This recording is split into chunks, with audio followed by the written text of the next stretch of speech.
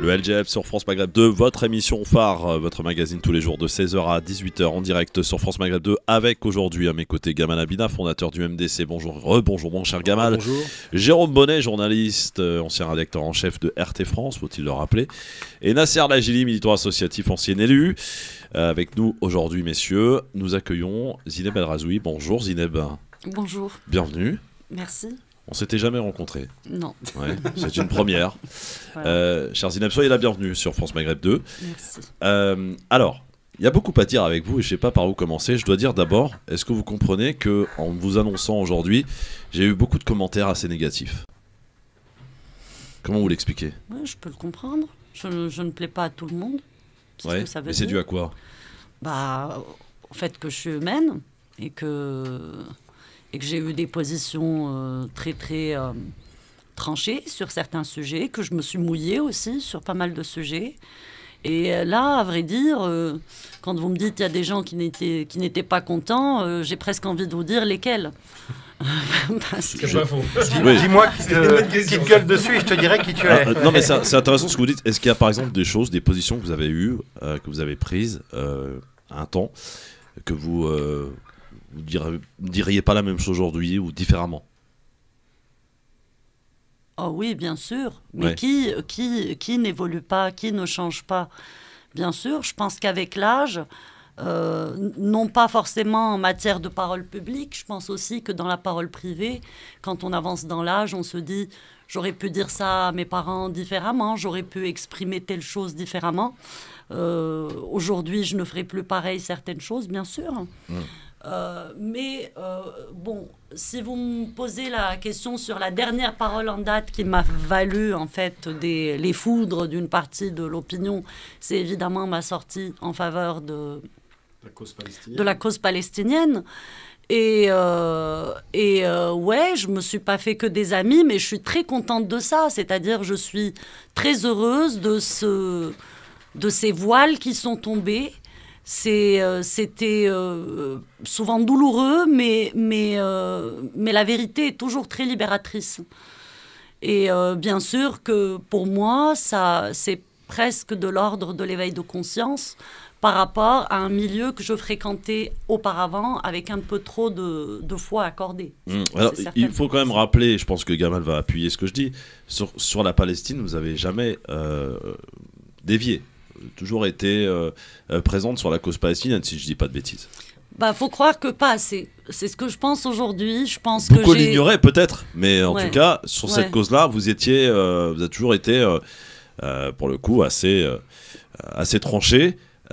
Moi, ce que je constate aujourd'hui, et je ne suis pas le seul, c'est qu'effectivement, à un temps, vous aviez des positions assez dures vis-à-vis des jeunes des quartiers, vis-à-vis de pas mal de choses en France. Votre rapprochement avec le printemps républicain, etc., ça vous a valu beaucoup d'invitations dans les médias. Aujourd'hui, le fait d'avoir pris position sur la cause palestinienne, vous êtes quasiment totalement absente des médias. Ça, c'est une réalité, Zineb. Absente des médias, en dehors de votre antenne aujourd'hui. C'est pour notre bonheur, du coup. Bien sûr. Non, mais c'est là, c'est la constatation qu'il faut faire aujourd'hui. C'est un constat qui est véritable, qui a été automatique. C'est-à-dire que dès ma sortie en faveur de la cause palestinienne, qui n'était même pas une sortie idéologique, c'est simplement quelque chose pour dire, est-ce qu'on peut se mettre d'accord sur le fait de ne pas tuer des enfants? Eh bien, même là-dessus, c'était pas possible de mettre d'accord ces gens qui pourtant se parent du masque, de l'humanisme, et voilà. Et c'est un appel à ouvrir les yeux sur les médias, en tout cas français. C'est quand même un triste constat de voir que les gens cessent d'être invités. Ça vous surprend?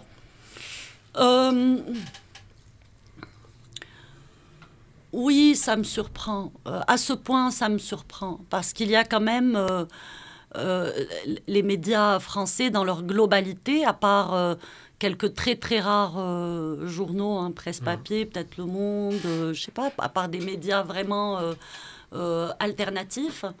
Les médias, globalement, les télés, mais sont une extension de la propagande de l'armée israélienne. On en est là en France, très clairement. aucune humanisation des Palestiniens. J'ai vu des scènes de discours génocidaires, en fait, qui de façon très ouverte étaient tenus sur des plateaux, et ça n'a dérangé personne. Donc forcément, vous voyez, moi, ça me ramène à m'interroger, effectivement, sur la liberté de ton dont on peut jouir sur la critique de certaines choses et pas d'autres, quoi. Gamal Amina.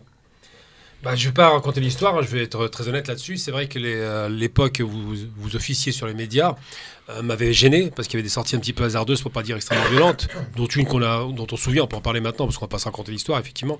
Le fait de dire qu'il ne fallait pas hésiter à utiliser les armes à feu, ça m'a choqué, je ne vous le cache pas. J'étais vent debout à ce moment-là, je ne comprenais pas que quelqu'un qui est dans notre camp, sachant ce que nous vivions en réalité, puis dire ça. Après, j'ai compris qu'il y avait peut-être une déconnexion avec ces réalités de terrain, c'était possible. Et en même temps, j'allais dire simplement, c'est que, bon, après les médias font excuse-moi, Gamal, mais juste tu dis, il ne fallait pas hésiter à utiliser les armes à feu pour les gens qui ne sont pas au courant. Ah, dans les banlieues, dans les banlieues. Lors de traquenards dans lesquels les policiers se trouvaient, où ils sont entourés de gens qui leur veulent du mal, dans ces cas-là, il ne faut pas qu'ils hésitent à tirer à balles réelles. Voilà, ça, juste pour resituer. C'est une chose qui m'a choqué parce que ça rappelle les États-Unis. Je reviendrai sur ça. Oui, il n'y a pas de souci pour ça. Bon, on va être honnête, on va se parler.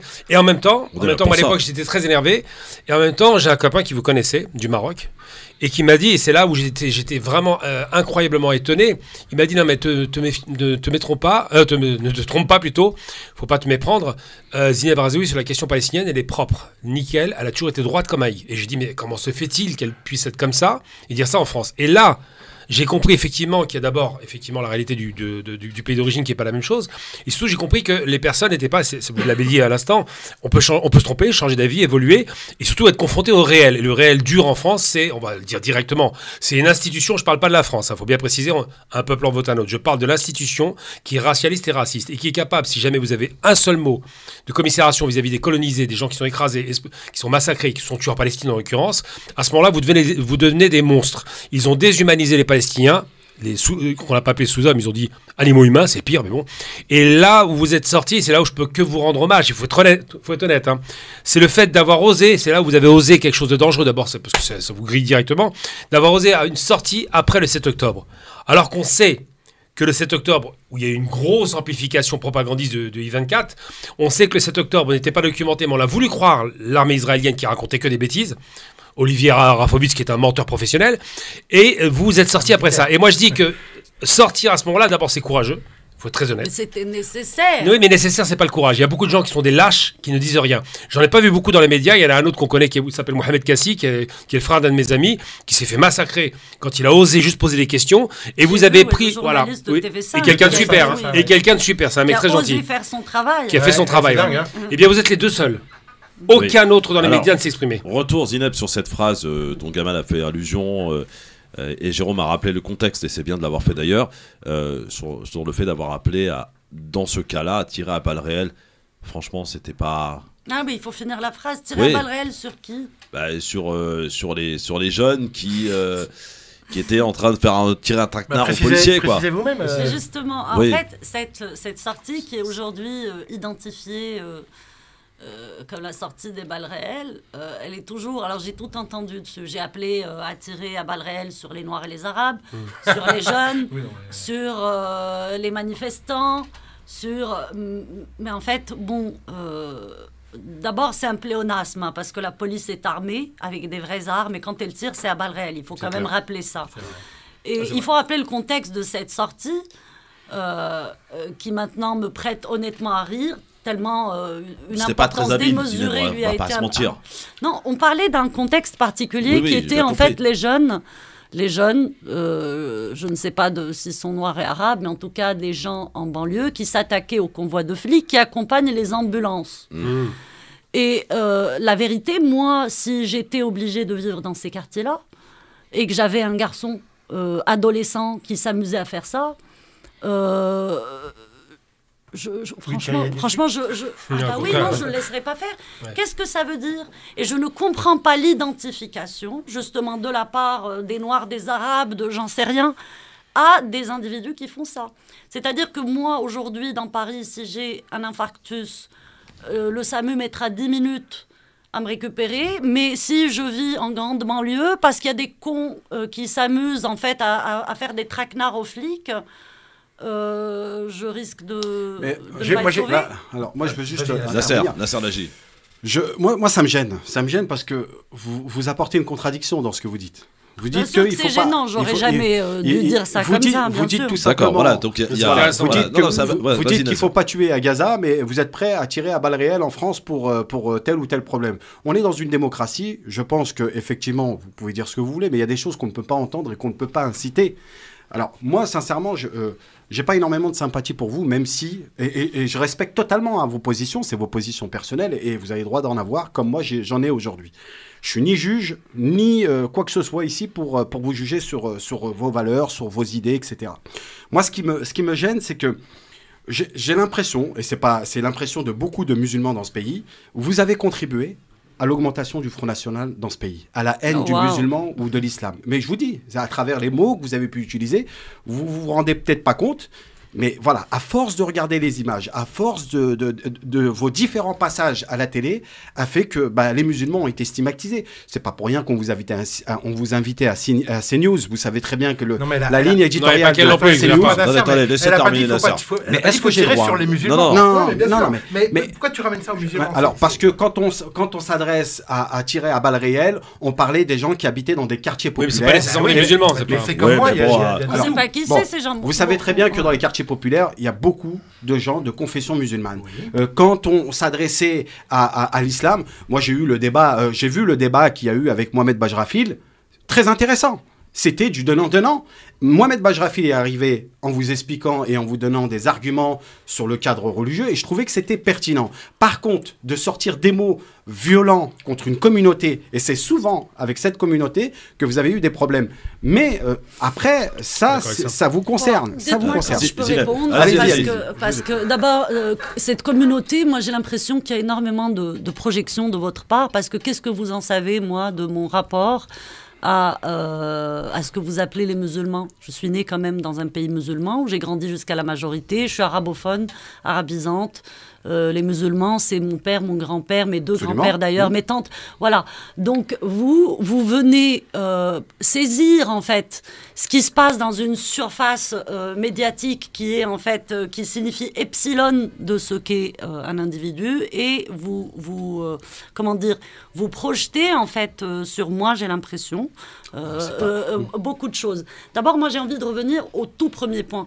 Quand vous avez comparé l'histoire des balles réelles à Gaza, comment peut-on être contre le fait de tuer à Gaza et contre le fait que la police se défende? Mais enfin non, mais pardon, j'ai refait le raccourci que vous avez fait pour le souligner quand même.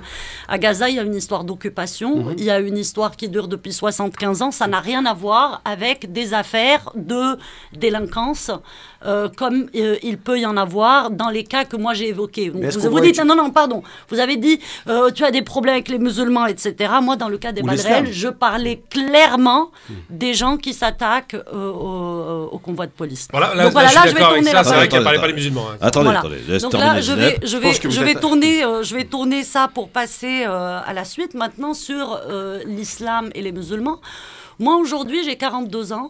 Je suis extrêmement fière. Vous les faites en pas. Fait. Ah merci, c'est sympa. Croyez-en à l'expert. Hein. Je ne vais pas me vexer. On est de la même génération. Je ne vais pas me vexer. Voilà. Donc à 42 ans, je suis extrêmement fière d'avoir, dans mon passé, à tort ou à raison, comme tout le monde, j'ai eu tort parfois, raison parfois, mais d'avoir eu le courage de pousser, en fait, la critique de l'héritage que j'ai reçu, du religieux, jusqu'au bout où je pouvais le faire. Donc aujourd'hui, pour moi, les gens qui font un amalgame entre l'islam et la cause palestinienne, ils sont le miroir inversé de ceux qui font l'amalgame entre laïcité et Israël. Mais ça, on est d'accord là-dessus. Aujourd'hui, on me dit, ah oui... Netanyahou voudrait que ça soit un conflit religieux. Nous, on dit que c'est un conflit de territoire. Oui, et vous me faites penser, en me faisant le procès... de cette histoire d'islam et d'islamisme lorsque je viens parler de Palestine, que vous me faites le même procès que les laïcs, soi-disant mes potes d'hier, qui ne comprennent pas. Ils ne comprennent pas que je ne défende pas Israël. Pour eux, ça fait partie du package, en fait. Alors, on va s'arrêter 2 secondes parce que j'ai un peu de pub. Zineb, ici, il n'y a pas de juge. On est là pour. D'ailleurs, je l'ai bien soulevé juste avant, en disant que c'était mon point de vue. Non, Zineb, il faut juste qu'on se dise des choses. On est là pour ça et c'est l'occasion de le faire. On va se parler franchement et avec respect, parce que ici, c'est important. Et Zineb Razoui est donc avec nous jusque 18h. Et merci d'être là encore une fois. On va tout se dire, ma chère Zineb. Et vous allez voir qu'à 18h, on va tous se faire la bise. À tout de suite. Reste avec nous juste après la petite pub, évidemment, qui va bien. Histoire de. Voilà. Reste avec nous sur France Maghreb 2. À tout de suite. Le LGF sur France Maghreb 2 avec Gamal Abina, Nasser Lajili, Jérôme Bonnet et notre invité Zineb Razoui sur France Maghreb 2.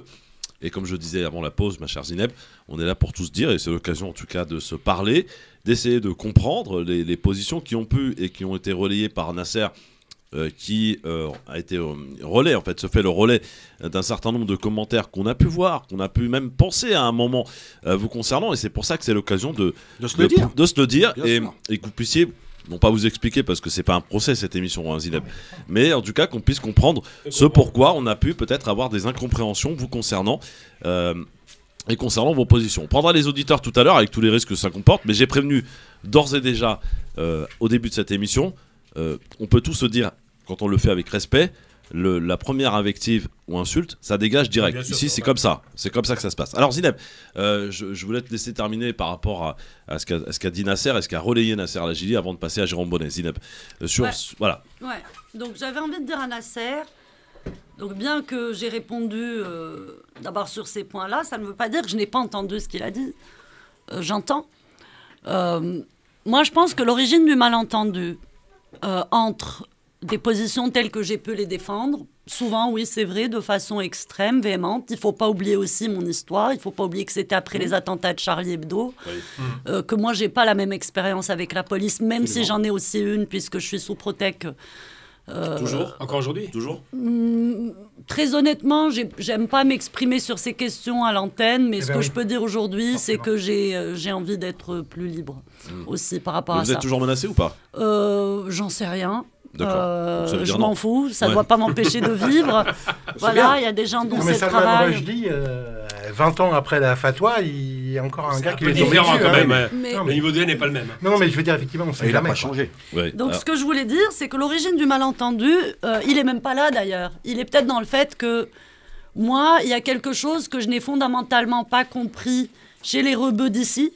Et peut-être qu'eux, ils ont aussi quelque chose qu'ils ne comprennent pas chez la blédarde, en fait, puisque c'est ça que je suis, c'est-à-dire la meuf du bled. Il faut savoir que par rapport à la question religieuse, nous, au bled, ce n'était pas la même ambiance.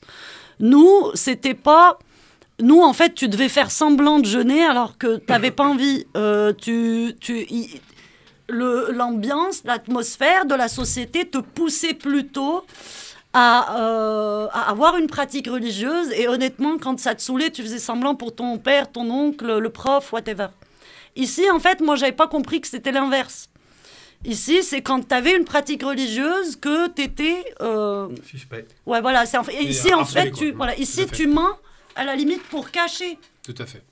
La pratique religieuse. Je parle, évidemment, quand tu es musulman, tu vois. Et en fait... il faut aussi être à l'écoute de cette composante du monde arabe qui est en fait une gauche anti-religieuse. Je n'ai plus aujourd'hui envie de galvauder le terme laïcité. Je sais qu'il était revendiqué dans certains pays tels quels, par exemple comme en Tunisie. Mais je n'ai pas envie de galvauder ce terme. En fait, ce qui compte pour moi finalement plus que tout, après avoir vu en fait que le monde de la laïcité française, en fait, est un monde en grande partie, malheureusement, de soutien à Israël. J'ai envie de sortir complètement de ces schémas-là, mais en étant qui je suis, je pense que je représente, oui, une sensibilité qui existe dans le monde arabe et que je n'ai pas vue ici dans les quartiers, probablement à cause de cette problématique par rapport à la religion. Mais moi, j'ai l'impression que quand vous soulevez ce point-là, on a l'impression que vous en faites une généralité. Vous savez, moi, j'ai grandi dans un quartier, jusqu'à aujourd'hui, je vis dans un quartier où la question religieuse n'est pas un débat en soi. C'est ça, mais justement, c'est intéressant. Juste pour terminer, parce que j'ai des gens qui sont autour de moi, qui sont arabes et qui ne sont pas forcément musulmans et ils n'ont aucun problème sur le rapport avec le religieux. Le problème, c'est que nous, on a constaté que quand on parle de religion, on devient... Alors, ceux qui... alors, peut-être que ce que vous avez défendu, vous...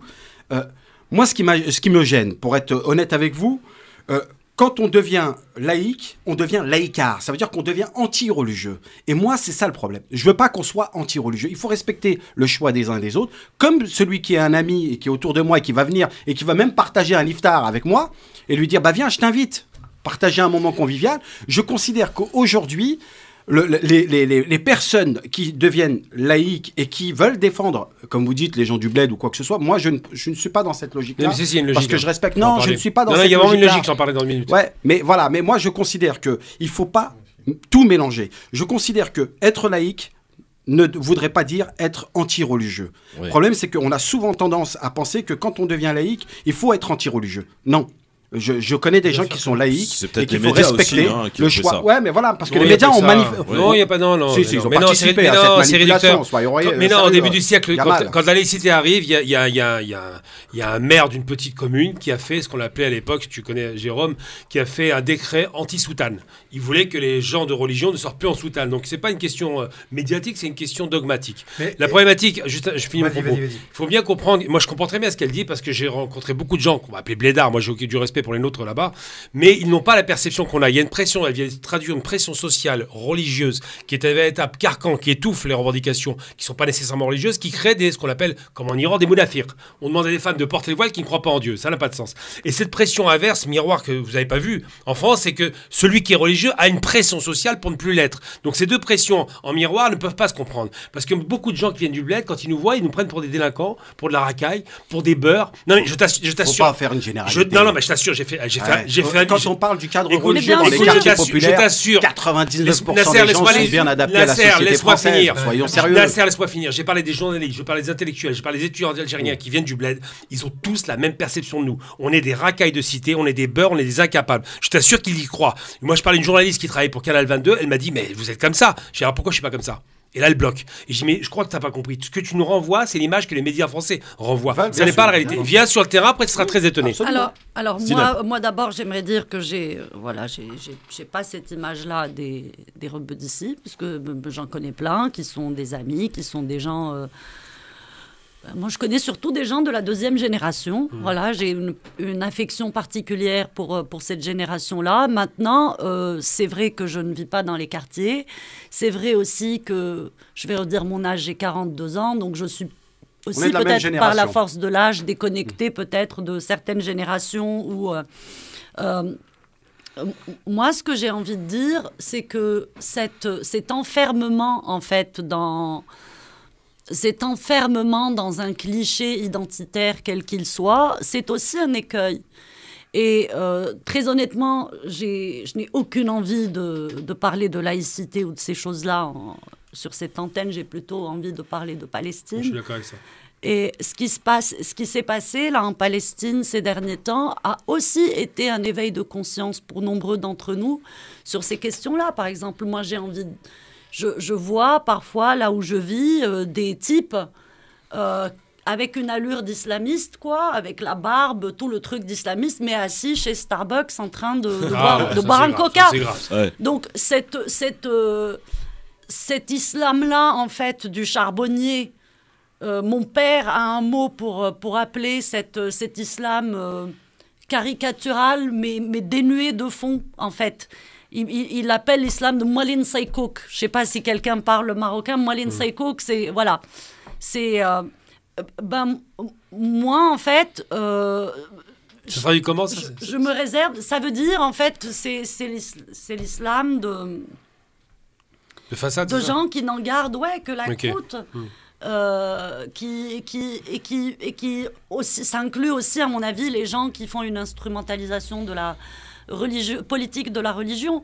Mais toujours est-il, on se réveille de ça aussi.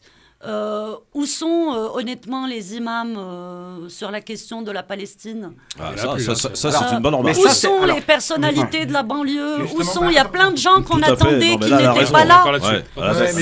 Moi, ça me choque. Jérôme Bonnet, on t'a pas entendu depuis tout à l'heure. Il y a deux choses en fait que je voulais dire. Tout d'abord, je pense, Nasser, avec toute l'amitié que j'ai pour toi, que tu confonds anti-religieux et anti-clérical, ce qui n'est pas la même chose. Si on a fait la séparation de l'Église et de l'État en France, c'est ça le fondement de la laïcité, c'est parce que l'Église était omniprésente dans la politique, elle décidait du sort des gens. Politique, et éducation. Ça, on a trouvé ça absolument inacceptable. Moi, je pense que c'est une bonne chose. Moi, tu vois, je ne crois pas, moi. En revanche, je respecte la foi des autres, tu vois. J'ai du respect pour vous tous qui êtes croyants, peut-être pas tous, mais une grande partie d'entre vous. Je me méfie de la hiérarchie religieuse. Sur un concept simple, en fait, c'est que toute position qui assure un pouvoir d'un petit nombre sur un grand nombre de gens attire les pires salopards de la Terre. Voilà, c'est mon opinion. Et donc, pour ça, je me méfie de la hiérarchie religieuse. Ça, c'est la première chose que je voulais dire. Et la seconde, c'est que il ne faut pas raisonner toujours en termes de camp. Je pense que c'est de cela que viennent nombre de malentendus. Et typiquement, pour moi, les gens qui, à Téhéran, disent à une femme « mets ton voile » ou « je te donne des coups de fouet », ou les gens qui, ici, à Paris, disent à une femme « enlève ce voile, c'est une insulte aux femmes », ce sont les mêmes en réalité. Parce qu'en réalité, ce qu'il faut, c'est foutre la paix aux femmes, c'est tout. Et c'est pas compliqué. C'est pas réagir, est-ce qu'on est pro-musulman, anti-musulman, c'est pas le problème. C'est ça, mais ça, on est clair. Non, mais voilà, là-dessus. Alors, il y a un terme sur lequel un sujet sur lequel on va revenir dans un instant, parce que j'ai encore un peu de pub. Zineb Arazoui, qu'elle a évoqué, c'est sur ces imams, justement, et je pense que Nasser là peut aussi nous en parler, parce que tu m'as fait la remarque dans une mosquée pas loin de chez toi, les imams, pour ce qui est d'avoir évoqué la Palestine, encore aujourd'hui, ne le font pas. Alors, il y a peut-être une raison, et c'est peut-être aussi par le statut de certains imams qui sont pour beaucoup, on va le dire franchement, sous titre de séjour. Absolument. Moi, je vais vous dire franchement, Zineb, tous les ans ici à France Maghreb 2, il y a des imams pendant le Ramadan qui viennent répondre aux auditeurs pour les aider, les orienter, pour les aider à passer un bon Ramadan et répondre à leurs questions. Et on a eu des refus aujourd'hui parce qu'on nous disait quoi? On a peur de Darmanin. On ne veut pas que le titre de séjour soit dégagé, comme c'est arrivé à certains. Donc il y a une certaine réalité, il y a une peur qui s'installe aujourd'hui. Et c'est vrai que le statut de l'imama, on va dire comme ça, doit être un sujet important que cette communauté doit être capable de pouvoir régler. Et le problème, c'est que c'est toujours pas réglé, qu'on laisse, si vous voulez, les instances religieuses, les instances politiques, en l'occurrence Darmanin, de s'occuper de ce sujet qui n'est pas le sien. On revient dans un instant. Est-ce que vous acceptez, ma chère Zineb, de prendre des auditeurs? Ouais, allons-y. D'accord, on en prendra dans un instant. Donc 01 40 33 9000, je préviens la règle, on s'adresse avec respect, pas d'insultes, sinon c'est dehors. A tout de suite. Le LGF, merci d'être avec nous en ce mardi avec dans nos studios aujourd'hui Zineb Arazoui sur France Maghreb 2. Et je me souviens, Zineb, de vous avoir reçu juste après les attentats survenus à Charlie Hebdo. On va préciser que vous n'étiez pas d'ailleurs dans les locaux de Charlie Hebdo le jour de l'attentat, Zineb. Évidemment, c'est encore un souvenir douloureux, j'imagine, puisque c'était tous vos amis qui étaient dans la rédaction ce jour-là. Ouais. J'avais pas compris que j'ai pas capté que c'était une question en fait. D'accord. C'est pour ça que je. Ouais. Ouais. Bah c'est ce qui est arrivé. Depuis, beaucoup d'eau a coulé sous les ponts. Oui. Et malheureusement, on n'est pas sorti d'une forme d'hystérie autour de ces questions-là en France. Moi, en tout cas, malgré le caractère tragique avec lequel s'est terminé en fait mon travail à Charlie Hebdo, je garde de ce journal le souvenir d'un journal à l'époque, pendant la période où moi j'y ai travaillé, où on rigolait, où on avait couvert différemment le printemps arabe, où on pouvait défendre la Palestine. Surtout, oui. C'était Charb. Donc, Charb qui était très pro-palestinien, absolument. Qui était l'une des plumes les plus pro-palestiniennes du paysage de la presse française. Je peux ajouter une chose pour Charb, parce que les gens ne savent pas non plus. Donc l'ancien directeur de Charlie Hebdo était tellement pro-palestinien qu'il avait fait avec un copain à moi les missions civiles pour aller voir Yasser Arafat en Palestine. Donc c'est vous dire à quel point son engagement était réel. Ouais. il avait aussi, je crois, fait une émission, je ne sais plus si c'était la télé du Hezbollah, je crois. Ouais. Et Charb avait des positions très progressistes sur la question. Alors je suis bien consciente que ça intervient après un autre Charlie Hebdo, qui est celui où moi j'ai pas travaillé, celui où il y avait Philippe Val, Caroline Fourest, voilà. Ouais. C'est autre chose là, c'est pas le même casting. Hein. Toujours est-il, pour moi, c'est une expérience aujourd'hui qui est finie. Et voilà. Vous arrivez à comprendre ce qu'ils disaient à l'époque, et on était beaucoup. On condamne évidemment ce qui s'est passé à Charlie Hebdo, mais on ne veut pas répondre à cette injonction qui nous a été faite à cette époque de dire on est Charlie. Encore une fois, on est Charlie, on ne sait même pas ce que les gens y projettent en fait. Moi, je ne sais pas, je ne peux pas me prononcer sur les projections des uns et des autres. Je suppose que pour certains, dire je suis Charlie, ça voulait dire je suis contre le fait qu'on tue ou je suis pour la liberté d'expression, mais probablement pour d'autres, je suis Charlie voulait dire... Je dois combattre le terrorisme islamiste sous toutes les formes, y compris là où il n'y en a pas. Comme par exemple l'amalgame qu'on peut... Aujourd'hui, moi j'ai plein de... Je ne sais pas comment appeler ça, mais des cons, en fait, des cons qui sur les réseaux sociaux me font le reproche de défendre la Palestine sous prétexte que j'ai été Charlie. Donc regardez le simplisme, en fait, que font ces gens dans leur cervelle. On est contre le terrorisme islamiste, donc on doit être contre le Hamas, donc il faut soutenir Israël. Mais enfin, donc c'est pour ça que c'est toujours très difficile. On est contre les Arabes, d'ailleurs. Alors, justement, à propos de Charlie Hebdo, Jérôme avait une question à te poser. Oui, et après, on va refermer cet épisode pour parler de la Palestine. Une question un peu délicate, parce que pour moi, c'est un peu une blessure. Moi, je suis un amoureux de la presse satirique. Je travaille à Ciné Hebdo, j'en ai même fondé un après d'autres journaux satiriques. Et... J'aimais bien Charlie, il y avait des gens que je connaissais, T-News notamment, qui était un mec extraordinaire. Gabu même. Enfin bon, bref. Et il y a un truc qui est comme une blessure pour moi aujourd'hui, par rapport à ce qu'est, à mon sens en tout cas, devenu Charlie depuis. C'est-à-dire que j'ai vu des choses dans Charlie que j'aurais jamais cru possible. Je vais juste citer un exemple pour les auditeurs qui comprennent bien.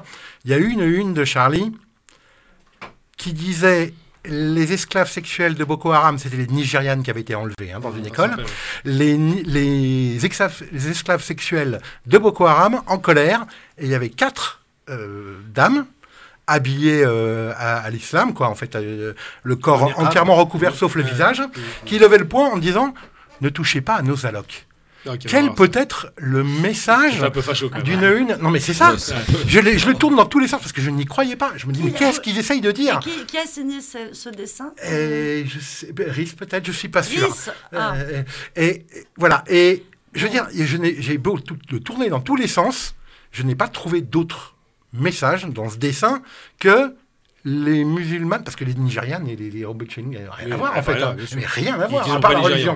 Donc les musulmanes aiment les allocs, enfin je veux dire, c'est totalement raciste. Voilà. Alors je reviens à ma question, parce que pour moi, ça c'est évidemment, c'est casser le deal de la presse satirique. La presse satirique a le droit d'aller de très très loin, la pertinence au départ. Mais parce qu'elle s'attaque aux puissants. Exactement. Quand on s'attaque à une minorité faible, ça devient juste dégueulasse à mon avis. Alors est-ce que vous pensez que cette dérive, elle est consécutive au traumatisme de cette attaque-là? Est-ce que quelqu'un comme Rhys est devenu islamophobe parce qu'il est marqué dans sa chair, ce qui ne l'excuse pas, mais pour au moins expliquer. Moi, je ne comprends pas pourquoi Charlie est devenu un torchon anti-musulman. Honnêtement, d'abord, pour être honnête là-dessus, sur Rhys en particulier, mais sur quasiment tout le monde, en tout cas de ceux qui sont restés dans le journal aujourd'hui, je ne sais pas du tout ce qu'ils sont devenus.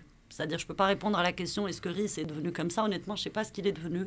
J'en ai quand même une idée parce que moi, j'ai officiellement quitté le journal en janvier 2017, après avoir cessé de m'y rendre pendant un certain temps, parce qu'il régnait une atmosphère toute particulière. D'abord, il faut imaginer qu'après les attentats, il y a eu un déménagement dans des locaux ultra sécurisés. Enfin, c'était une espèce de bunker. Moi, je suis d'ailleurs allée dans ce bunker une fois. Et... ce n'était plus la même chose. Ça faisait plus rigoler. Ça faisait plus rigoler. L'effet que vous retrouvez sur les pages du journal, c'est en fait un reflet d'une atmosphère réelle qu'il y a à l'intérieur du journal. Ceci étant dit, maintenant sur le dessin dont vous parlez, honnêtement, je ne l'ai pas vu. Le dessin, c'est très difficile. Je vais vous le montrer dans une seconde. C'est toujours difficile de se prononcer sur... Christophe, est-ce que je peux juste... Allez-y. Ouais, de se prononcer sur un dessin qu'on n'a pas vu. Maintenant, moi, par principe absolu et indéfectible, je suis pour qu'on puisse dessiner ce qu'on veut. Et revenir peut-être à une conscience plus saine, qui est celle de se dire, en fait, Charlie Hebdo, à l'époque déjà, c'était un journal lu par 30 000 Pékins en France. Pourquoi ça fait des manifs au Pakistan, quoi pourquoi ça fait des manifs? En fait, si on s'en foutait, il y aurait 25 000 Pékins qui d'ailleurs appréciaient autre chose dans le journal. Puis c'est tout. Ce n'est que Charlie qui fait des dessins. Moi, j'entends bien ce que vous dites. J'entends bien ce que vous dites. Mais moi, ce qui me gênait sur Charlie Hebdo, après, effectivement, tout ce qui s'est passé auprès de Charlie Hebdo sur les attentats, c'est ignoble. C'est inqualifiable. Et la plupart des musulmans de ce pays, la plupart des gens qui aujourd'hui ont vu le Charlie Hebdo, moi je prends l'exemple, quand on fait la caricature du prophète, etc., on sait très bien que ça va toucher une communauté. Et moi, le problème que j'avais avec Charlie Hebdo, c'est qu'il y avait certaines caricatures qui étaient interdites, parce que ça représentait une communauté, et que cette communauté qui était assez représentée, on va dire la communauté juive ou les sionistes, entre guillemets, allait monter au créneau pour dire je ne veux surtout pas que cette photo ou voilà, ce dessin soit publié, etc. Et on l'a retiré tout de suite. Donc, effectivement, on avait une facilité d'attaquer l'islam et les chrétiens. Bien sûr, l'islam et les chrétiens. Oui. Et c'est ça qui me gênait chez Charlie Hebdo. Donc voilà. Après, il faut démystifier ça aussi, parce que là aussi, il y a beaucoup de projections, si je puis me permettre. Il faut savoir qu'au moment... Et là, je ne suis pas du tout dans l'idée de prendre la défense de Charlie Hebdo. Honnêtement, vous êtes libre de dire ce que vous voulez. Quel que soit ce qu'ils ont fait, ils sont morts, ils ont été tués. Et je pense qu'il est temps de passer à autre chose. Mais je vais quand même démystifier en fait cette idée reçue qui consiste à dire que Charlie avait une obsession avec l'islam. Au moment où il y a eu les attentats, et après 10 ans d'exercice, en peut-être 324 unes, Charlie Hebdo en avait fait 4 sur l'islam. Et il y en avait probablement 11 sur le catholicisme. D'ailleurs, au moment où il y a eu les attentats, il y avait pas mal de plaintes dans les tribunaux de la part d'associations catholiques extrémistes qui n'étaient pas contentes que Jésus et tout le pape. Pourquoi extrémistes Moi, c'est une vraie question. On parle d'intégriste catholique. Non, mais soyons sérieux. Moi, je peux porter plainte contre Charlie Hebdo parce que je ne suis pas forcément... Non, parce que c'est une démarche. Le problème, c'est que... Pourquoi on dit extrémiste? Parce que les catholiques, ça fait longtemps qu'ils ont pacifié leur relation à la presse et que quand certains ont une action en justice, il n'y a pas seulement le rapport catholique extrême, il y a aussi ce dogmatisme qui existe. Donc moi, la question que je me pose, c'est est-ce que si, exemple, le CCIF avait fait une démarche de dire on va porter plainte contre Charlie Hebdo, est-ce qu'on doit les considérer comme des extrémistes? C'est pas pareil. C'est une question. Ça a été fait par le CCIF. Par contre, je voulais juste rajouter une chose. Moi, mon problème avec Charlie Hebdo, moi, je suis un fan de la presse du dessin, parce que je dessine avec mon frère. J'aime beaucoup un journal qui est un peu le concurrent, mais avec de la qualité de Charlie Hebdo, qui est le Canard enchaîné, qui est de très haut niveau. Je me régale quand je regarde. Chose. Oui, parce que mes cabus travaillaient dans les deux. C'est pour ça que je me rappelle qu'il y avait de la qualité. Et que quand ils allaient à Charlie, c'est la facilité. On est loin du harakiri qui était impertinent, anti-pouvoir, c'était dit tout à l'heure. Ils ont dérivé à cause de Val. Ce type est un raciste, je le dis et je le répète. C'est un type qui a un problème avec l'immigration et les Arabes. Et la problématique, c'est que Charlie Hebdo aujourd'hui est devenu, alors il faut connaître un peu l'histoire allemande, ça ressemble au Stürmer de Julius Streicher. Le Stürmer, c'était un journal antisémite qui passe son temps à faire des unes anti-juives, caricaturales, détestables, et qui était vendu à 400 000 exemplaires. Et là où je vous rejoins sur un point, c'est vrai que moi, quand il y a eu ces dessins qui sont pas marrants, ils sont insultants. S'ils étaient marrants au moins, je rirais. Par exemple, moi, j'adore un type qui est un dessinateur algérien qui s'appelle Dilam. Je déteste politiquement le personnage, mais c'est un génie. Il est extraordinaire. Et j'aime pas politiquement. Ce type a un problème avec les Arabes, mais c'est pas le problème. Il a un trait extraordinaire, il est hyper fin, et il est pas insultant. Là, Charlie, moi, j'étais insulté parce qu'il nous insulte de façon caricaturale. Ils insultent nos valeurs, qu'on croit ou pas au prophète. De toute façon, c'est une valeur qui est culturelle. Et moi, je suis dans le culturalisme là-dessus. Et là, le problématique, c'est que je retrouvais chez Charlie Hebdo des unes qui ressemblaient à celle du Stürmer. Et ça, c'est inquiétant. Et la dérive est là. C'est-à-dire que Charlie Hebdo, qui a brillé à une époque en 70, de plus en plus dans les années 80, ça l'est encore, mais après ça commence à dériver pour les questions financières. Moi, honnêtement, je pense que là aussi évidemment, quand on dit Charlie, chacun a sa vision de Charlie, chacun y lisait quelque chose, chacun va l'associer à quelque chose. Moi, je pense que c'est valable, y compris pour, par exemple, le Charlie que toi, tu as tendance à idéaliser, c'est-à-dire celui de Cabu. Moi, je pense aujourd'hui, et je pense honnêtement, ce Charlie-là, on le prendrait aujourd'hui, peut-être qu'il ferait l'objet de critiques sexistes, par exemple, des trucs pas très féministes. Le manifeste des 443 salopes, par exemple. Voilà, exactement. Donc, sur la question et moi, sincèrement... tous les dessins de Charlie ne m'ont pas toujours plu. Certains m'ont fait pisser de rire. Je pense que je suis comme tout le monde là-dessus. Maintenant, je ne lis pas le journal depuis pratiquement les attentats. Je sais que c'est devenu... Je sais, par exemple, que le journal ne s'est pas prononcé clairement, je pense, en faveur... en condamnation d'Israël. Je ne sais pas si le journal utilise le mot génocide. Et pour moi, aujourd'hui, c'est ça le vrai... curseur en fait de la moralité d'une personne, parce que pour moi c'est pas un package de prêt-à-penser qui s'appelle l'islam, qui est encore aussi quelque chose sur lequel on peut projeter plein de choses, qui vient me montrer qu'une personne a une moralité ou pas.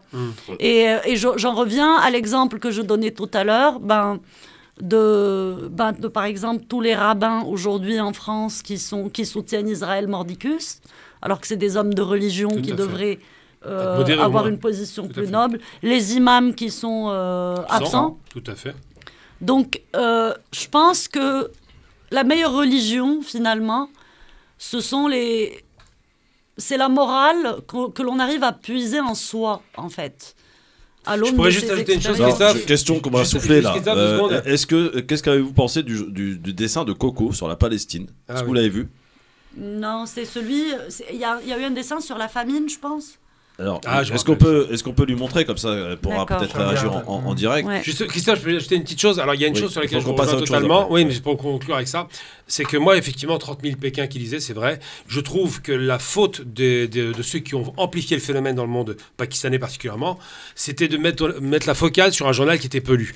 Et je pense qu'effectivement, ils auraient dû passer outre, parce que celui qui n'est pas musulman, s'il ne respecte pas Dieu, à la limite, ça le regarde. Là, je suis d'accord, ça n'a aucun sens. Ça n'aurait jamais dû conduire à des centaines de morts, parce qu'il y a eu beaucoup de morts en Pakistan, pour des raisons illégitimes. Donc là-dessus, effectivement, je vous rejoins, c'était inutile de faire tout un pataquès de pas grand-chose. Ouais. Voilà. Alors, est-ce qu'on peut retrouver le premier tweet de Zineb El Rajhi? J'ai pas réussi à l'avoir. Bon, c'est dommage.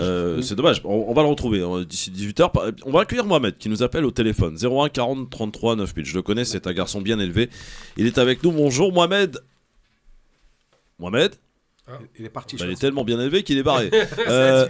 Il va nous rappeler. Je crois que j'ai trouvé le dessin. C'est bon, j'ai tu évoquais, celui de Coco. Alors, celui de Coco, voilà. Visiblement, alors c'est intitulé Ramadan à Gaza, début d'un mois de jeûne. Et donc il y a un jeune qui court, qui est très, très maigre, qui court après des rats, visiblement pour les bouffer, et une dame qui lui tape sur la main en lui disant pas avant le coucher du soleil. Voilà, le dessin en question. Ça fait rire ça, Zineb?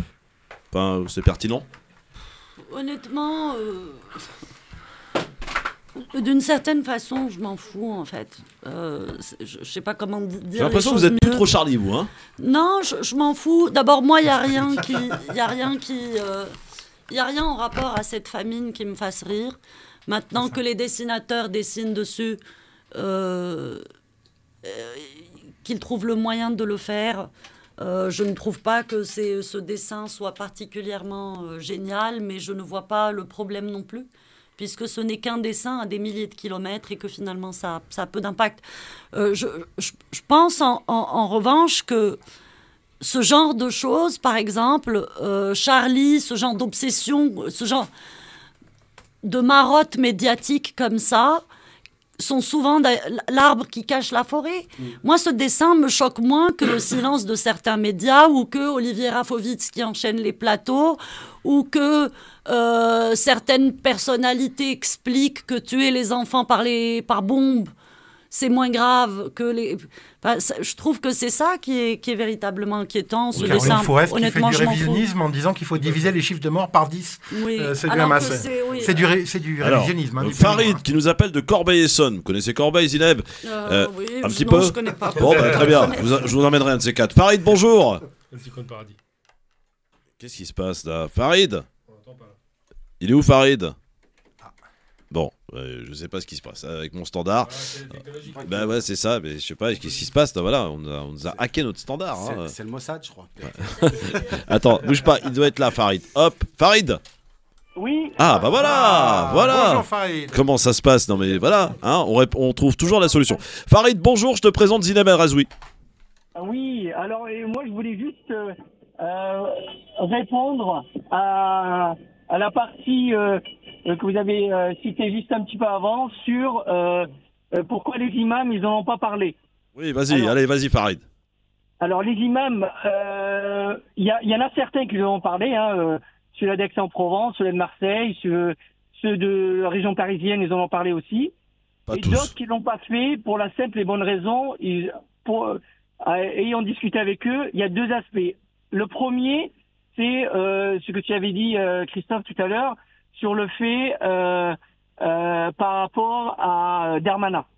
Sans rentrer dans les détails, bon, ça se comprend, et pourquoi pas. Et l'autre, c'est les conséquences de ce qu'ils vont dire. Parce que c'est un sujet très compliqué, et ils ont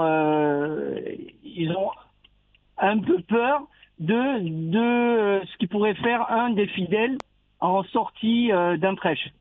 Et d'autres. Ouais, c'est bidon. Franchement, l'explication elle est bidon, Farid. Je te dis entre nous. Hein. Moi, je te dis par rapport à. Faut arrêter. Je veux dire, aujourd'hui, on n'est pas capable, quand on est imam, de pouvoir un discours clair et limpide. Pardon, Farid. Non, parce que moi, je peux pas entendre ce genre de conneries, en fait. On peut pas être imam aujourd'hui, être un homme de la science, un homme de l'intelligence et du savoir, être capable de relayer un message clair sur quelque chose quand même qui est sous nos yeux. Merde, on parle de quelque chose, d'un génocide. On parle d'un massacre en cours à Gaza. On peut pas en parler parce qu'on a peur de la réaction d'un fidèle, mais c'est stupide. Et il y a l'autre aspect aussi, c'est qu'il y en a beaucoup de mosquées, si ce n'est pas la totalité, qui ont reçu une directive du préfet ou des préfets.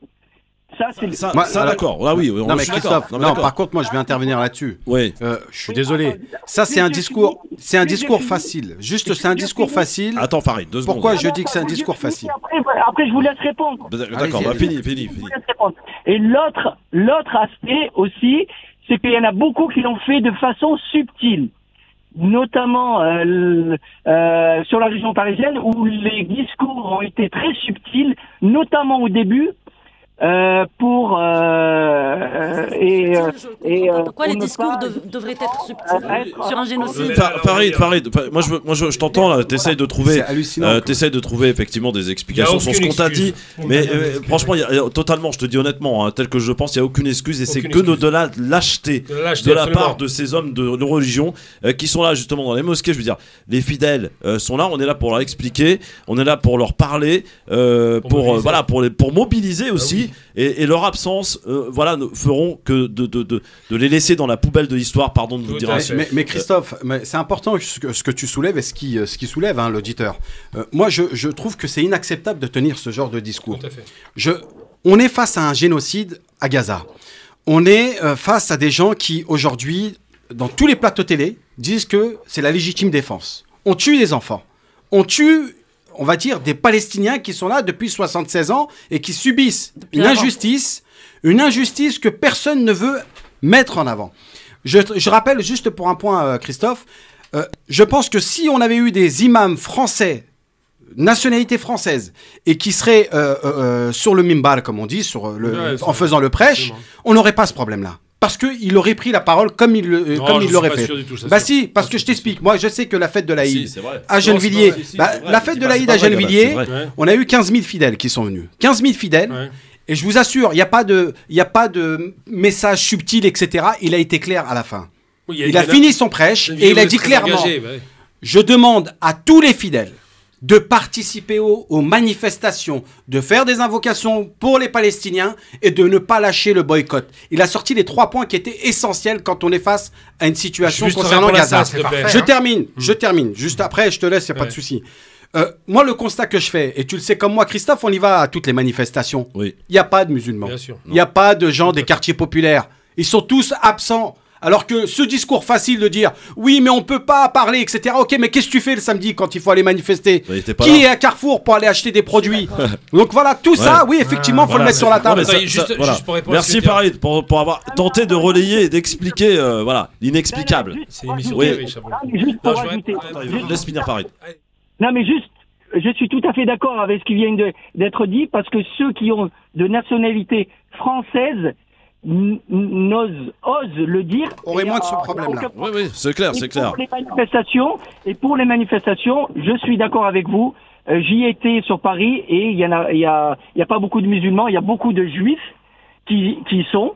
Et des athées, des gens qui ne sont pas forcément religieux. Ils sont majoritaires d'ailleurs. Merci Farid. Zineb, réaction sur ce qui vient d'être dit, parce que c'est important. Peut-être c'est des choses que vous ignorez un petit peu. Je crois, on va pas faire de secret. Vous vivez pas trop en France, pas trop ici. Non, moi je suis chanceuse, privilégiée en fait de vivre ce moment difficile pour tout le monde depuis le monde arabe.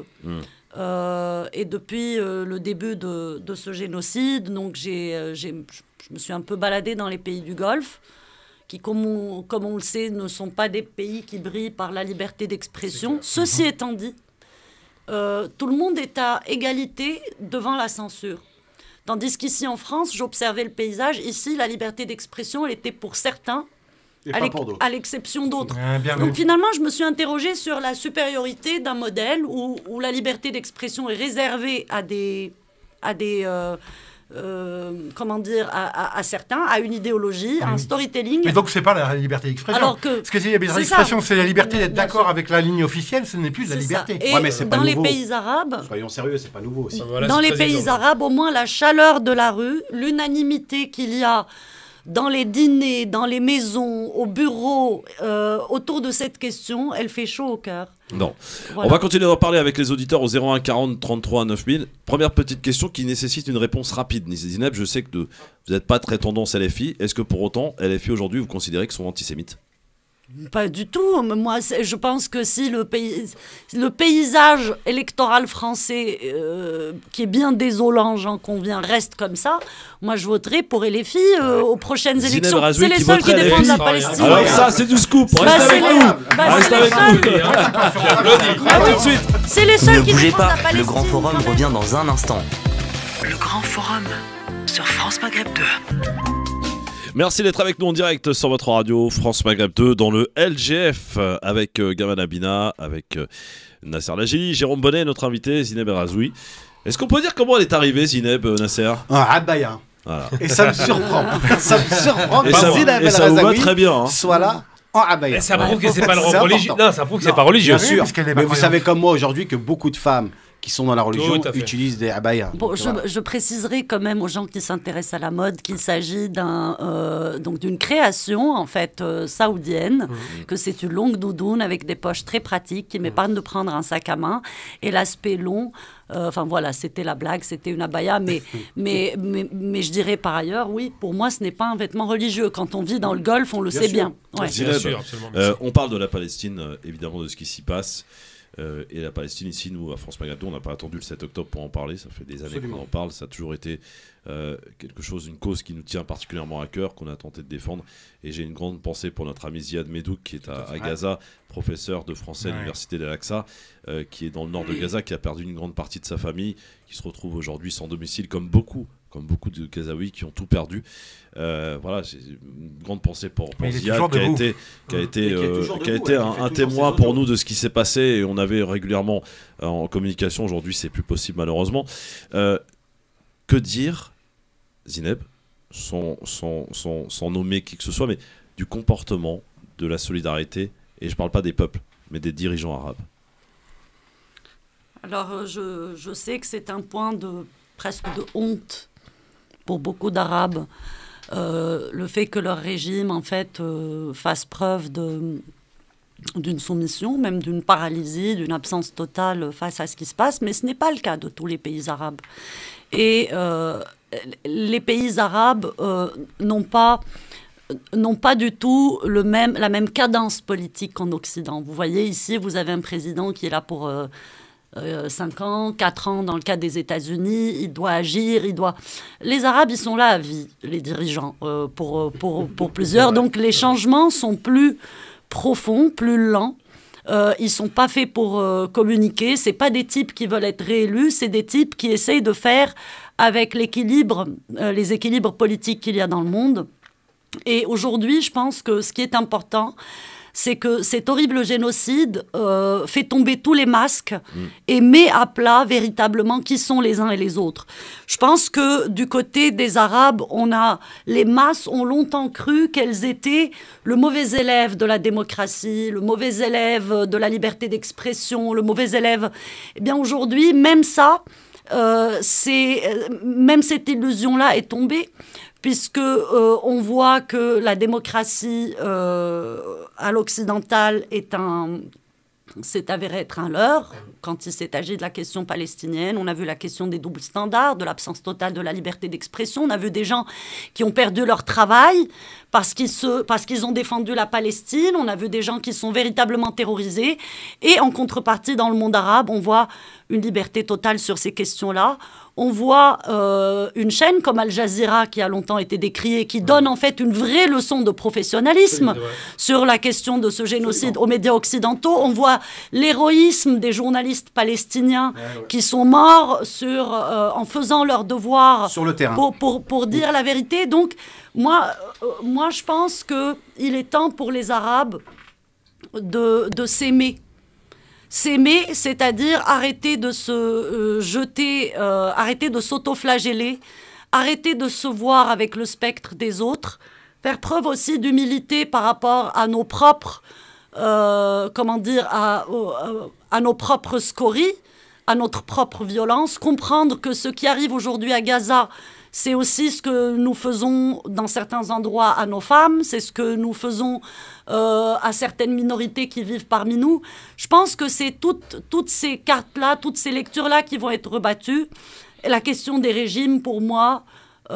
Principalement des monarchies, faut le dire. Oui, pour moi, c'est une question... Alors, je vais m'exprimer sur le Maroc, que je connais bien, qui est mon pays. Oui. Avant que les soi-disant accords de paix n'arrivent avec Israël, il y avait un débat sur la question. C'est-à-dire, il y avait, une partie des Marocains qui disaient pourquoi pas après tout, on n'a jamais rien foutu pour la Palestine, pourquoi ne pas en tirer quelque chose pour nous.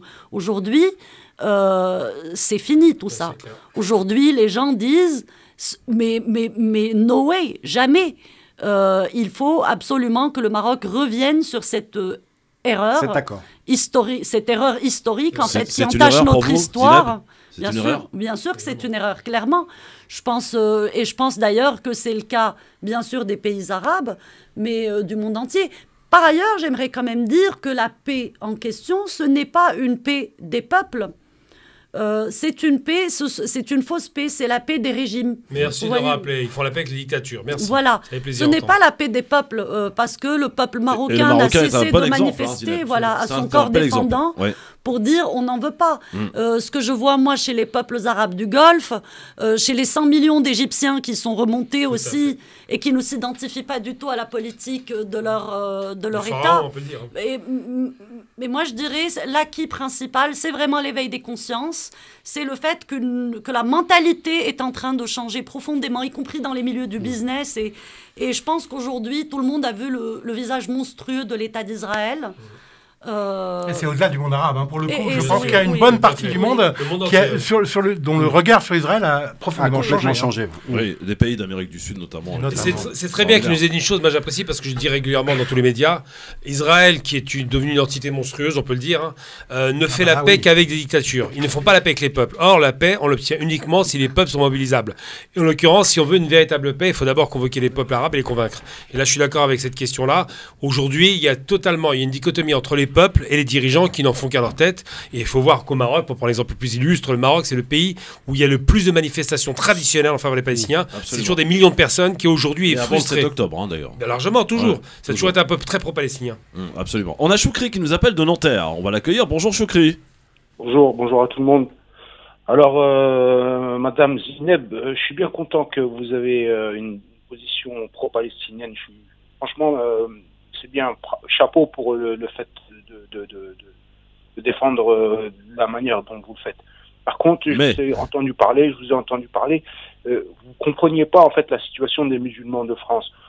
Pour vous, c'est une histoire de miroir, si j'ai bien compris. Nous, personnellement, on nous a enfermés dans une bulle communautaire on n'a jamais demandé à être dans cette bulle-là. On est des gens totalement intégrés, on travaille, on paye nos impôts, et malheureusement, on nous a enfermés dans ce truc-là. Du coup, quand vous avez parlé qu'il fallait tirer à balles réelles, personnellement, ça m'a vraiment blessé. Après, j'ai une question. Est-ce que vous avez dit que vous avez 42 ans, c'est un âge mature, et est-ce que vous avez pris conscience que malgré vous avez été manipulé par cet extrémisme laïcard contre nous sans en avoir conscience? Aujourd'hui, vous avez 42 ans, il n'y a pas de mal à reconnaître que vous avez eu tort et que vous pouvez nous faire même des excuses en public. Et moi personnellement, je vous pardonne. Et est-ce que vous avez réellement conscience que vous avez été manipulé par l'extrémisme laïcard? Voilà ma question. J'aime bien la question, elle est franche, elle est directe. Merci, cher ami Choukri. Réponse de Zineb El-Razoui. Pardon. El-Razoui, pardon. Alors, Choukri, je suppose qu'il entend ma réponse. Bien sûr. Merci pour cette question. Oui. J'ai envie de revenir encore une fois. Vous voyez à quel point je pense que je vais passer le reste de ma vie à revenir sur l'histoire des balles réelles, parce que Choukri, lui, il a entendu que c'était tiré sur les musulmans. Voilà, tout à l'heure, c'était les Arabes et les Noirs, il y a eu les jeunes, et là, c'est les musulmans. Évidemment, Choukri, et il suffit d'y réfléchir 2 secondes, que ce n'est pas exactement ce que j'ai dit. C'est absurde, d'ailleurs, de le penser d'une certaine façon. Maintenant, plus sérieusement, sur la question des musulmans en France. Est-ce que j'ai réalisé la condition particulière dans laquelle ils se sentent et qui, moi, évidemment, n'a pas été une condition fondatrice dans mon parcours puisque je n'ai pas grandi en France. J'ai grandi au Maroc où j'ai eu mon bac et ensuite j'ai fréquenté la France plutôt dans les cercles étudiants, mais en tout cas citadins, voilà, pas du tout confronté à des problématiques de quartier. Ce qui vient de se passer avec, c'est-à-dire avec ce mensonge qui tombe avec une violence, c'est-à-dire des gens que je connaissais, que je recevais chez moi, avec qui je mangeais, je buvais, des gens de ces cercles laïcs-là, qui ont un discours, une dialectique très construite, qui savent argumenter pour défendre pour démontrer pourquoi la religion ne doit pas régir l'espace public. Aujourd'hui, les mêmes sont incapables d'avoir la même dialectique, d'appliquer la même dialectique à Israël, qui pourtant est un projet religieux, millénariste, complètement radicalisé, etc. Bien sûr que ça me fait prendre conscience de la supercherie. Là, je réponds à Choukri. Mais bien sûr que ça me fait prendre conscience de la supercherie. Je pense que beaucoup de monde, j'ai énormément pleuré ces derniers mois. On a tous pleuré face aux images horribles qu'on a tous vues. Des enfants, des familles, face aussi à la beauté, à la bravoure du peuple palestinien. Mais moi, j'ai aussi pleuré dans une forme d'humilité, une humilité qui pour moi a été une leçon de vie, qui est celle de me dire, en fait, ce ne sont pas les méchants, ce ne sont pas ceux qui apparaissent méchants qui le sont forcément. Désolée pour le simplisme de cette phrase, mais j'ai compris, en fait, le cynisme absolu qui peut se cacher dans ces combats-là. Vous avez été manipulé ou pas? Parce que c'était la question de Choukri. Je pense qu'on ne se manipule jamais que soi-même. Instrumentalisé peut-être alors. Non, peut-être refuser de voir, ça peut arriver. Je pense que fatalement, dans le débat public, ou aussi dans les cercles militants, politiques, associatifs, lorsqu'on s'affiche dans certains endroits, c'est toujours perçu comme une déclaration d'appartenance, d'un clanisme. Donc, par exemple, cette chose sur laquelle beaucoup de gens m'interrogent, qui est la sphère laïque, là encore, une fois, ça dépend à qui vous pensez et qui, moi, je mets dedans, parce qu'il y a énormément de monde. Il y a les réseaux du Grand Orient, il y a les associations étudiantes, il y a les associations laïques nationales, puis il y a des personnalités, il y a des gens sur les réseaux sociaux, etc. Mais globalement, et c'est pour ça que je suis sortie. Gamal me disait, ça a été courageux de ta part de sortir, de faire cette sortie-là pour... cette sortie, je ne l'ai pas faite le lendemain du 7 octobre. Ça faisait longtemps que j'étais absente de toute parole publique, que je n'en avais plus envie. Mais c'est en observant ce théâtre... affligeant de gens que je connaissais... Avec qui vous ont déçu. Que j'ai dit, il est de mon devoir de sortir et de dire toute virgule que j'ai dite sur l'islam et les musulmans, il faut la dire là aussi. Alors on y revient dans un instant, on continue sur France Maghreb 2 avec vos appels 01 40 33 9000, on aura Abdel dans un instant aussi pour une question. Restez avec nous, le Grand Forum revient dans un instant sur France Maghreb 2. Le Grand Forum.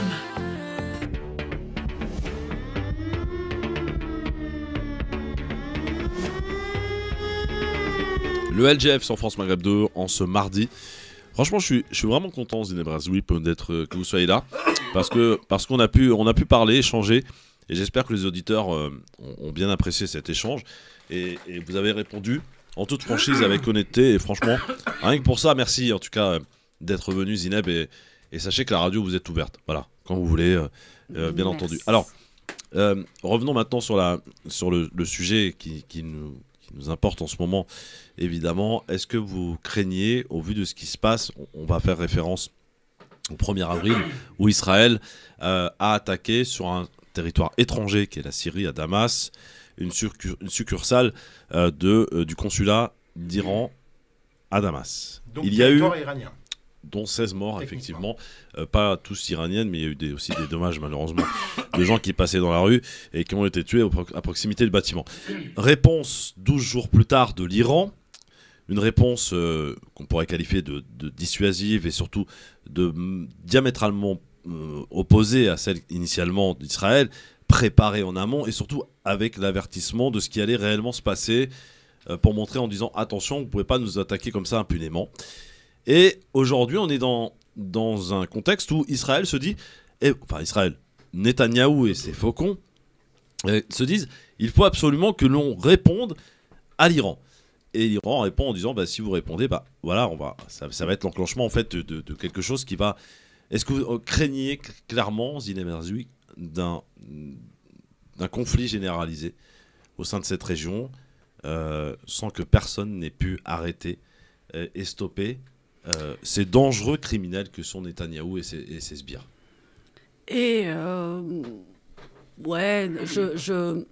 Bien sûr que je le crains, comme tout le monde, mais en même temps, c'est exactement ce que veut Netanyahou depuis le début. Ouais. Israël, alors on est sur une radio où je suppose beaucoup d'auditeurs parlent arabe. Moi j'appelle ça Israël, parce qu'en fait, c'est un truc qui est... Khra en arabe veut dire la merde, et donc il y a eu un jeu de mots en remplaçant une lettre. Je vous laisse la responsabilité de vos propos. Ça fait état de merde. Ouais. Donc pour moi, en fait, Israël, dès le début, porte en soi les germes de la guerre et du génocide. Parce que c'est une excroissance de l'Occident, une excroissance coloniale, qui est construit sur l'idée de une terre sans peuple pour un peuple sans terre. Là, déjà, on retrouve l'idée du génocide, c'est-à-dire la négation totale de l'existence de millénaires de civilisation sur cette terre et surtout d'habitants, accessoirement. Donc, Netanyahou, il est en train de chercher un embrasement général, bien sûr. L'Iran est une cible facile.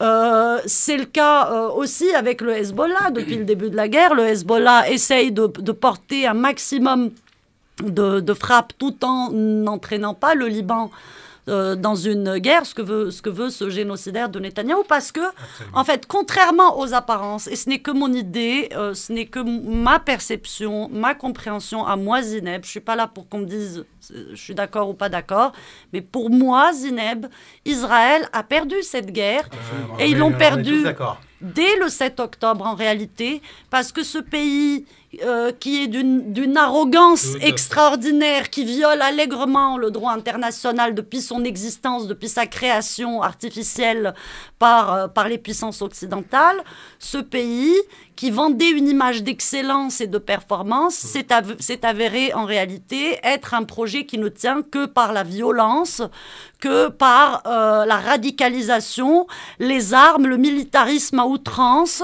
C'est une économie qui tient parce qu'elle exporte des armes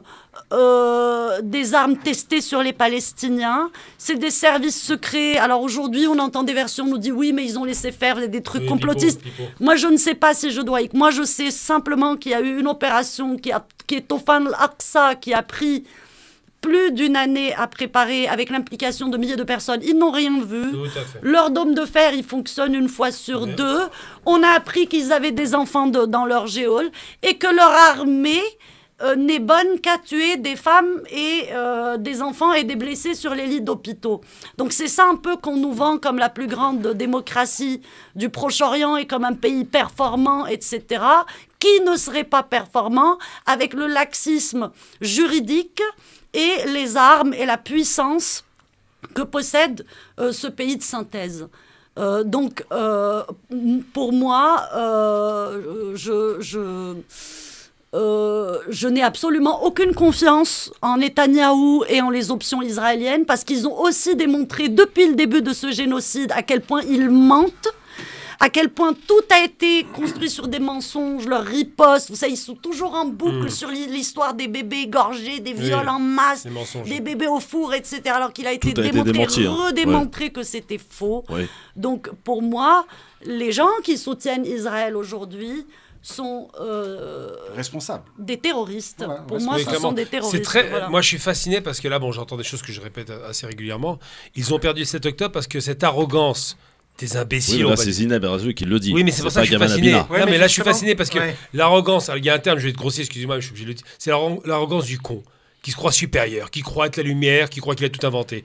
Ce qui faisait la force des Juifs au départ, qui ne sont pas les Israéliens, c'est le fait d'être un peuple qui était nomade, donc en danger, donc il fallait être créatif. Aujourd'hui, ils ne sont pas créatifs. Par contre, leur enseignement a failli, c'est un mytho, comme ils disent qu'ils savaient, ils ne savaient rien du tout.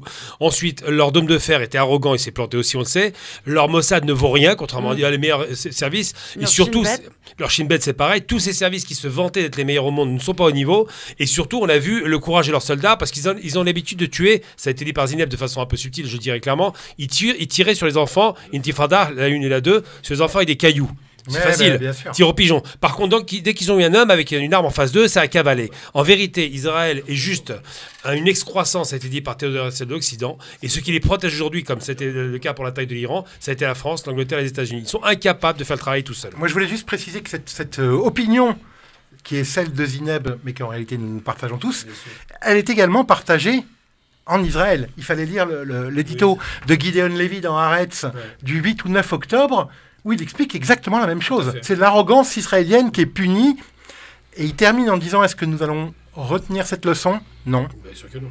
Et effectivement, voilà, c'est juste pour dire qu'effectivement, faut rappeler quand même que c'est un gouvernement d'extrême droite qui a des gens qui sont des sinistres assassins comme Itamar Ben-Gvir, et que ça ne représente pas, Dieu merci, l'ensemble de ce que pensent les citoyens israéliens, bien qu'il y en ait une bonne partie qui soit un peu traumatisée en ce moment et qui ne voit plus très clair, mais ça passera avec le temps, ça. Et sinon, surtout pas les Juifs à travers le monde, bien évidemment. Moi, ce qui est choquant, Zineb Errazoui, vous qui n'habitez pas la France, aujourd'hui, je vais vous donner juste un exemple dernièrement. Depuis maintenant 193 jours aujourd'hui que le peuple de Gaza subit la barbarie, l'agression, la sauvagerie de cette armée la plus immorale au monde qu'est l'armée israélienne. Les médias en ont très peu fait, pour ne pas dire rien du tout. C'est-à-dire que ça ne dérange personne. Et j'aimerais même dire quelque chose que vous avez dit tout à l'heure, Zineb, qui est encore plus éloquent, c'est-à-dire que les journalistes dans ce pays n'ont même pas été une seule seconde solidaires avec le sort des journalistes de Gaza, ceux qui font leur boulot. Il y en a eu, je crois, 130 journalistes de tués. Pas un mot de la part de ces journalistes. Je me souviens que dans d'autres pays, les journalistes se sont mobilisés pour apporter leur soutien à quelques journalistes qui ont subi des trucs dans des pays différents. Aujourd'hui, on a l'impression qu'aujourd'hui, tout ce qui est palestinien, on n'en parle pas. Par contre, sur ce qui s'est passé avec l'Iran, là, samedi, édition spéciale de toutes les chaînes, de BFM à CNews, en passant par ces chaînes d'infos et les radios en compagnie. Le 7 octobre, ici, Zineb, ça a été, bon, je pense, d'un point de vue aussi, au niveau de l'opération en tant que telle, ça a été une surprise pour beaucoup. Pendant 15-20 jours, ça a été des injonctions à n'en plus finir dans ce pays. C'est-à-dire que tu ne pouvais pas avoir une voix dissonante, une réflexion différente de ce que... Il fallait que, voilà, on est dans la pensée unique. Il faut penser comme ces messieurs disent. Ces messieurs des rédacteurs en chef qui sont des grands censeurs et qui sont malheureusement aujourd'hui des pourvoyeurs de la politique et de cet État français qui aujourd'hui a perdu toute souveraineté. Enfin, pardon de le constater, mais aujourd'hui, quand vous écoutez Emmanuel Macron encore hier, Zineb Errazoui, c'est très inquiétant. Je veux dire que la France aujourd'hui, on peut le dire, est pro-israélienne. Oui ou non, Zineb Errazoui? La France est-elle pro-israélienne? Mais moi, je n'attends qu'une chose concernant cet exécutif-là, jusqu'en haut de la pyramide. Je n'attends que des procès pour complicité de génocide. J'ai soif de justice. J'ai aussi, alors tout à l'heure, je parlais de la honte que ressentent certains Arabes au fait que leur régime ait fait des accords de paix avec Israël. Ici, on n'en est pas aux accords de paix. Ici, la France, elle arme. Elle a contribué. Exactement. Elle arme. Et d'ailleurs, la France a contribué à la création de cet État monstrueux dès le début. Donc, il y a aussi, et je le vois, il y a aussi une honte chez beaucoup de Français, dont je fais partie, face à la médiocrité absolue et le laxisme absolu et la légèreté absolue avec laquelle cet exécutif traite ce génocide et la complicité franche et affirmée à l'État d'Israël. On a aujourd'hui en France des gens comme le député Meir Habib, on a la présidente de l'Assemblée nationale qui ne cache pas son soutien à Israël, etc. On est dans une complicité active. Et en réalité, parce que j'entends dire beaucoup de choses, enfin j'entends des gens me dire on est loin de la période de Jacques Chirac qui disait What do you want me? You want me to go back to my plane, etc. Les positions un peu, c'est-à-dire Chirac, oui, le dernier héritier de la politique gaulliste de la France. C'est ça, c'est de Gaulle à Chirac. Ouais. Mais honnêtement, oui, de Gaulle c'était mieux. Mais moi, je pense que la France, l'Angleterre, les États-Unis, aujourd'hui, doivent affronter leur responsabilité première, qui est celle même de la création de l'État d'Israël. Et quoi, La France, y compris sous Chirac, sous De Gaulle, elle jongle les noms, oui, on les laisse faire la bombe nucléaire, on reconnaît... Guy Mollet, c'est la bombe atomique sous De Gaulle. Voilà, et la souveraineté d'Israël n'est à aucun moment remise en question, bien que cet État-là viole le droit international, qu'il pratique la colonisation, qu'il occupe la Cisjordanie, qu'il bombarde des civils, etc. Le Golan. Donc qu'il pratique l'apartheid. Voilà. Donc moi, je pense qu'il est temps de pointer la responsabilité active de la France, oui, la complicité. Bon, je comprends, et on va terminer dans un instant cette émission, que beaucoup qui vous ont invité sur les plateaux à l'époque, Zineb, doivent se tirer les cheveux en vous entendant aujourd'hui. Hein. On s'est fait berner, ça a été un traquenard. Restez avec nous sur France Maghreb de Zineb Errazoui dans un instant pour la suite et fin de cette émission. À tout de suite. Il nous reste 3 minutes d'émission sur France Maghreb 2 avec Jérôme Bonnet, Nasser Lajili, avec Gamal Abina et Zineb Errazoui, notre invité. Question que j'ai envie de poser à Nasser. Ouais. Tout à l'heure, ta première question, tu dis voilà, je vous apprécie pas beaucoup, etc. Tu l'as dit avec franchise. Est-ce que là, pour le coup, tu as découvert Zineb Errazoui aujourd'hui? Non, alors, non, je la découvre pas. Donc après, si tu me poses la question à moi directement, je te dirais que... Il a dit qu'il n'était pas juge, je demande un jugement absolument, à la fin. Je suis pas là pour... Non, mais je suis pas là pour juger les gens. Je considère qu'elle a des positions très fortes sur la cause palestinienne et je la félicite parce que c'est pas facile, surtout quand on s'appelle Zineb Errazoui. Donc elle a fait pratiquement tous les plateaux télé en France et aujourd'hui elle est boycottée parce qu'elle a une position qui est complètement différente de celle qui existe dans notre pays. Ouais. Donc voilà, je considère que voilà, bravo pour ce que vous faites sur la cause. J'aurais jamais pu penser, je le disais tout à l'heure, j'aurais jamais pu penser que je likerais un statut ou que je partagerais entre guillemets un statut de Zineb Errazoui sur Twitter sur la cause palestinienne. Donc effectivement, donc voilà, je lui tire mon chapeau là-dessus. Moi, j'ai juste une question à poser à Zineb Errazoui, c'est qu'est-ce que vous pensez de l'ambiance qui règne dans notre pays? Ça m'intéresse. Alors c'est pas grand-chose, elle vit pas ici, donc. Non, mais d'accord, mais même en tant que regard extérieur, j'ai quand même ma petite idée et je suis très souvent ici. Je peux pas, comme on dit au Maroc, il y a une expression qui dit couper son pied de son pays. Je n'ai jamais coupé mon pied de la France. Je suis ici très souvent. D'ailleurs, c'est le cas aussi au Maroc. Moi, il y a un mot qui m'est venu à l'esprit très clairement sur l'atmosphère en France. Je trouve que c'est vichiste. Je trouve que c'est un truc une atmosphère de collaboration. Alors nous, on l'a pas vécu, notre génération, mais on a quand même énormément été nourris de ça en France. Et aujourd'hui, on voit à quel point, en réalité, les gens, face à un génocide documenté, démontré, transmis en direct tous les jours, trouvent le moyen de collaborer avec les génocidaires. Donc je trouve que c'est absolument terrible. Alors je sais aussi que c'est une illusion d'optique que l'on a lorsqu'on parle du spectre depuis le spectre qui est le mien, c'est-à-dire les médias et les pseudo-élites politiques.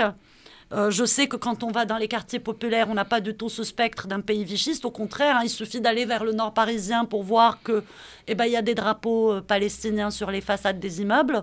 Dans le sud et l'ouest de Paris, c'est pas du tout l'ambiance. Maintenant, oui, les élites, les classes politiques, le milieu artistique, le milieu... Alors, il y a une toute petite minorité ou des individus plutôt en France qui se sont mobilisés ici et là.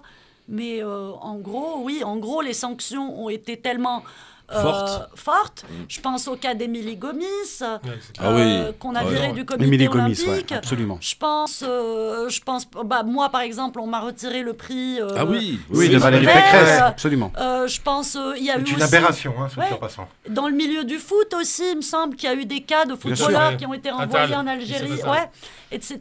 Donc en fait. C'est triste pour ce pays, ça nous démontre qu'on est très très loin en fait du modèle démocratique dans lequel certains se convainquent encore d'être. Moi, je reconnais bien un modèle non démocratique. J'ai grandi dans le Maroc d'Hassan II. Je vois quand la télé n'est pas libre, je vois quand les gens ont peur. C'est ce que je vois aujourd'hui en France. Tout à fait. Et je pense que là, franchement, c'est parfaitement illustré. On arrive à la fin de cette émission. Je voulais vous dire merci, Zineb, d'être venue. Ça s'est bien passé ? C'est parfait, j'ai passé un bon moment. Ouais. Voilà. Merci. Bon, merci vous reviendrez ? Ouais, je reviendrai, ouais. Bon, quand vous voulez, en tout cas. Et puis merci en tout cas. Et en abaya. Merci d'être venu et d'avoir parlé avec autant de franchise. J'aimerais bien que, je sais pas, ton ami, là, Morandini, Gamal, puisse avoir le courage d'inviter Zineb Arazoui. Mais il faut que tu sois là aussi. Non, mais il la laissera pas parler. Le problème, c'est qu'il la laissera pas parler. C'est-à-dire, voilà, aujourd'hui, on est dans un contexte, Zineb, aujourd'hui sur les plateaux, où là, le truc est simple, en fait. On met quelqu'un, donc Zineb par exemple, et on va vous mettre 3 lascars face à vous. Plus le journaliste, qui a vraiment qui a un parti pris absolument, et qui lui, pour le coup, se prend pour un juge. Voilà, c'est ça qui se passe. On peut conditionner moi j'ai un ami qui est allé, je lui dis voilà, il vient si c'est pas un pugilat. Il a pu parler un quart d'heure tranquillement, donc ça peut se faire, c'est pas le problème. En même temps que ça se fasse ou pas, on s'en fout à la limite. Si on me fasse pas encore une fois pour la 130e fois à condamner le 7 octobre, non. Ça va. Bon, ça c'est bon. Zineb, merci beaucoup d'être venu sur France Maghreb 2 et je pense que cette émission a fait beaucoup de bien. En tout cas, on a parlé, j'espère, avec franchise. On s'est dit les choses. Et maintenant que c'est dit, on va passer à autre chose et puis on vous souhaite bon courage et tenez bon, Jersey. Et moi je veux la remercier parce qu'elle a répondu immédiatement oui pour venir sans hésiter. Elle est courageuse et le courage je le salue tout le temps quel qu'il soit. Merci beaucoup Zineb Arazoui d'être venu sur France Maghreb 2 aujourd'hui. Rendez-vous demain les amis. Merci Nasser, merci mon Jérôme, merci Gamal. Merci à toi.